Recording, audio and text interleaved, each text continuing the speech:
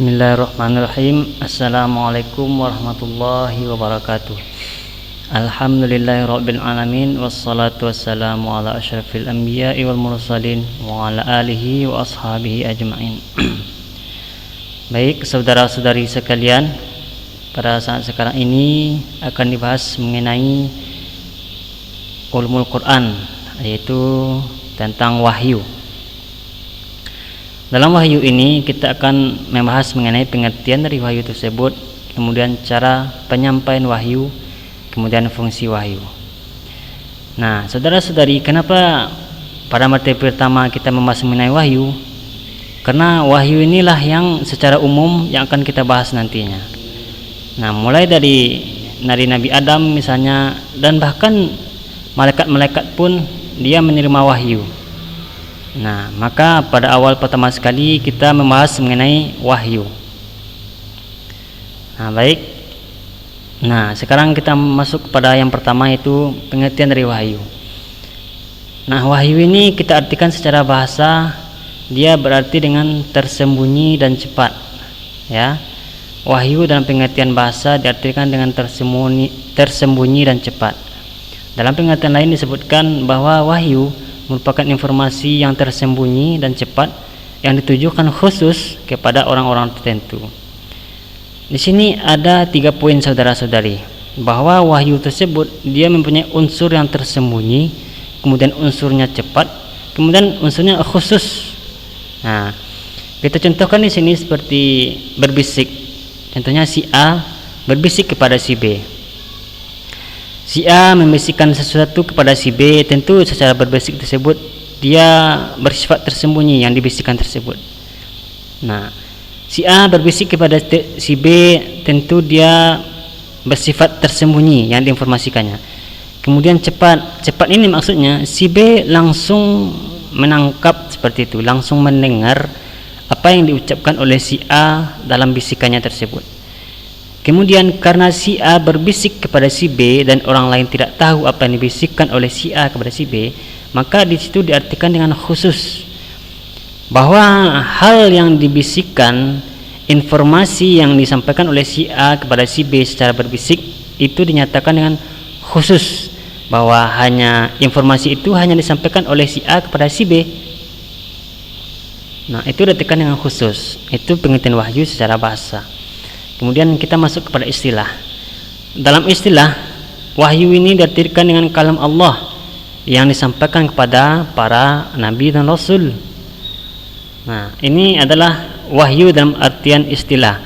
Jadi wahyu ini alamatnya hanya kepada nabi atau rasul ini. Nah, bagaimana kepada orang lain? Nah, kepada selain nabi atau rasul. Nah, selain nabi kepada rasul, seperti manusia-manusia lain, seperti manusia yang taat kepada Allah dan wali-wali Allah, seperti itu namanya adalah ilham. Nah, ilham itu yang diberikan kepada selain nabi dan rasul. Nah, itu ilham itu juga bersifat tersembunyi dan cepat, seperti itu. Nah, kemudian ada misalnya wahyu itu diartikan sebagai naluri. Nah, bisa juga diartikan sebagai bisikan, seperti itu. Nah, itu tentang pengertian dari wahyu. Nah, cara penyampaian wahyu ada 2 macam saudara-saudari. Yang pertama mengenai kepada malaikat, yang kedua kepada nabi atau rasul. Nah, pertama kepada malaikat saudara-saudari. Nah, contohnya dalam surah Al-Baqarah ayat 30, Allah langsung berfirman kepada malaikat, atau Allah langsung bercakap dengan malaikat. Contohnya dalam surah Al-Baqarah, yaitu a'udzubillahi minasyaitonirrajim, wa idz qala rabbuka lil malaikati inni ja'ilun fil ardi khalifah. Itu jelas di situ Allah berbicara langsung. Dalam arti Al-Qur'an dikatakan bahwa inni ja'ilun fil ardi khalifah, bahwa itulah kata-kata Allah langsung kepada malaikat. Wa idz qala rabbuka lil mala, nah jelas itu wa idz qala rabbuka lil mala, dan ingatlah ketika Tuhanmu berkata kepada malaikat. Nah, jelas di situ Allah langsung berfirman kepada malaikat. Nah, di sini perlu dipahami bahwa Allah berfirman kepada malaikat, bahwa Allah berkata kepada malaikat, tentu dengan bahasa yang bisa dimengerti oleh malaikat, dengan bahasa yang bisa ditangkap dan dipahami oleh malaikat. Nah, kemudian ada di sini dikatakan bahwa Al-Quran dituliskan di Lauh Mahfuz. Nah, Al-Quran dituliskan dalam Lauh Mahfuz ini ada buktinya dalam surat Al-Buruj ayat 21 sampai 22. A'udzubillahi minasyaitonirrajim. Bal huwa Qur'anun Majid fil lauhim mahfuz. Nah, fil lauhim mahfuz pada ayat ke-22 disebutkan bahwa Al-Qur'an itu fil lauhim mahfuz, bahwa Al-Qur'an itu berada di Lauh Mahfuz. Nah, kemudian sampainya wahyu kepada nabi ataupun rasul. Nah, di sini ada dua macam juga, ada yang langsung kepada nabi ataupun rasul itu sendiri, dan ada juga dengan perantaraan malaikat. Nah, secara langsung ada dua macam. Yang pertama dengan mimpi yang benar. Contohnya ini adalah mimpi Nabi Ibrahim yang akan menyembelih anak beliau Nabi Ismail. Itu kan perintah Allah melalui mimpi. Nah, mimpi itu adalah mimpi yang benar. Nah, kemudian ada secara langsung dari balik tabir. Nah, dari balik tabir ini contohnya adalah ketika Nabi Musa, ya, ketika Allah menyampaikan firman kepada Nabi Musa. Itu adalah Allah langsung berbicara kepada Nabi Musa di Bukit Tursina. Nah, ini di balik tabir ini maksudnya Nabi Musa hanya mendengar suara seperti itu. Namun suara tersebut tidak dapat ditangkap oleh Nabi Musa dari siapakah dan dari manakah, seperti itu.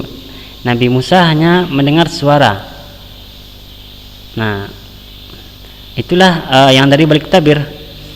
Kemudian ada sampainya wahyu itu dari malaikat, melalui malaikat. Nah, melalui malaikat ini ada dua macam juga, saudara-saudari. Nah, ada malaikat ini ketika dia datang seperti suara lonceng. Nah, suara lonceng ini adalah datangnya wahyu yang terbarat oleh Rasul.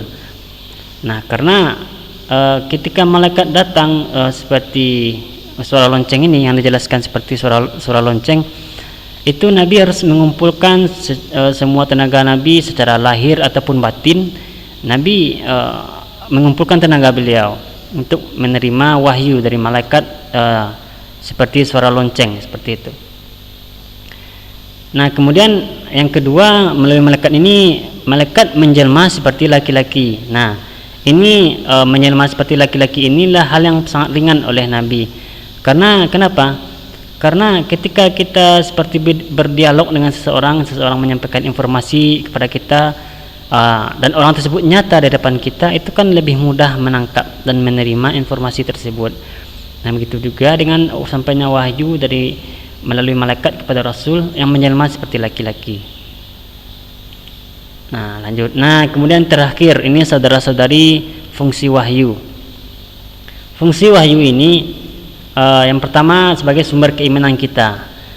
Karena wahyu itu akan memperkuat keimanan kita. Wahyu itu akan menyampaikan informasi-informasi yang akan memperkuat keimanan. Kemudian sumber pengetahuan. Kenapa dikatakan dengan sumber pengetahuan? Karena seperti Al-Quran, banyak dalam Al-Quran tersebut pengetahuan misalnya. Seperti contohnya peredaran matahari, kemudian peredaran bintang, waqtilafil laili wan nahari laayatul liqaumi yaqilun, seperti itu kan kata Allah. Nah, pergantian antara siang dan malam itu menjadi pengetahuan lah, seperti itu. Pengetahuan bagi orang-orang yang mau mempelajari hal tersebut. Nah, kemudian peredaran matahari dan bintang misalnya, kata Allah, lita'lamu adada sinina wal hisab. Itu kata Allah, bahwa peredaran matahari dan bulan ataupun bintang itu, kata Allah, lita'lamuna ada sinina wal hisab, bahwa kamu bisa menghitung peredaran tahun dan hisab, kata Allah. Hisab itu adalah perhitungan tentang perbintangan, seperti itu. astronomi. Nah, kemudian yang paling penting saudara-saudari yang kita paham di sini adalah mengenai fungsi wahyu, konfirmasi wahyu terhadap akal. Ini maksudnya saudara-saudari bahwa wahyu tersebut mengkonfirmasi terhadap akal. Akal ini saudara-saudari diciptakan oleh Allah adalah untuk kita bisa memahami, menimbang dan segala macamnya. Akal ini saudara-saudari menurut Mu'tazilah kita bisa memutuskan apa yang baik dan buruk seperti itu. Itu kata Mu'tazilah. Tanpa adanya wahyu sekalipun akal kita bisa menilai sesuatu itu baik atau buruk. Nah, kemudian memang benar seperti itu, akal kita bisa menerima baik atau buruk. Seperti dalam ilmu fikih ada namanya anak kecil yang belum balik dikatakan dengan tamyiz. Nah, seperti itu karena dia sudah bisa menggunakan akalnya minimal, dalam hal itu bisa dikatakan membedakan antara baik dan buruk. Nah, dan orang balik pun seperti itu. Dan orang yang mukallaf, orang yang sudah dibebankan hukum, nah itu adalah semuanya orang berakal. Apa buktinya? Kita buktikan orang yang gila. Orang gila itu dia tidak dibeban hukum karena dia tidak mempunyai akal. Anak kecil dia tidak dibebani hukum karena dia tidak mempunyai akal. Nah, di sini fungsi dari wahyu adalah memperkuat akal, mengkonfirmasi apa yang dilakukan oleh akal. Nah, seperti ini saudara-saudari. Nah, dalam akal kita, seperti kita bermajelis misalnya, duduk beramai-ramai seperti itu. Apabila ada orang datang, secara naluri seperti itu, secara akal pasti kita akan mencarikan tempat duduk kepada orang yang baru datang seperti itu, atau kita akan melapangkan tempat duduk. Nah, itu akal kita sudah bekerja seperti itu, saudara-saudari. Nah, di sini datang surat Al-Mujadalah ayat 11 mengkonfirmasi terhadap akal misalnya. Apakah dalam surat Al-Mujadalah ayat 11 tersebut wa illa qilan suzufan suzu, seperti itu. Wa idza qilan suzufan suzu yarfa'illahu alladhina amanu, maka apabila dikatakan kepada kamu lapangkanlah, maka lapangkan. Nah, itu ditemukan dalam surat Al-Mujadalah. Nah, hal itu dalam surat Al-Mujadalah ayat 11 ini menjelaskan kepada kita bahwa akal kita yang bekerja seperti itu memang betul. Nah, betul yang dilakukan oleh akal. Jadi fungsi wahyu di sini adalah menopang akal supaya akal tersebut bisa berfungsi secara sebenar-benarnya. Nah, itu konfirmasi wahyu terhadap akal bahwa yang dilakukan akal itu adalah benar. Dan wahyu itu menyokong akal. Nah, karena saudara-saudari yang pertama diciptakan oleh Allah itu dalam manusia adalah akal itu sendiri. Nah, karena akal itulah yang akan karena akal itulah yang membuktikan bahwa eksistensi manusia itu memang ada. Nah, itulah fungsi dari wahyu terhadap akal. Nah, jadi saudara-saudari, sekiranya inilah yang bisa dijelaskan dalam pembahasan awal ini mengenai wahyu. Nah, baik saudara-saudari, untuk lebih lanjutnya silakan saudara-saudari lihat lagi dalam referensi-referensi lain yang telah dijelaskan sebelumnya. Baik saudara-saudari, wabillahi taufiq wal hidayah. Assalamualaikum warahmatullahi wabarakatuh.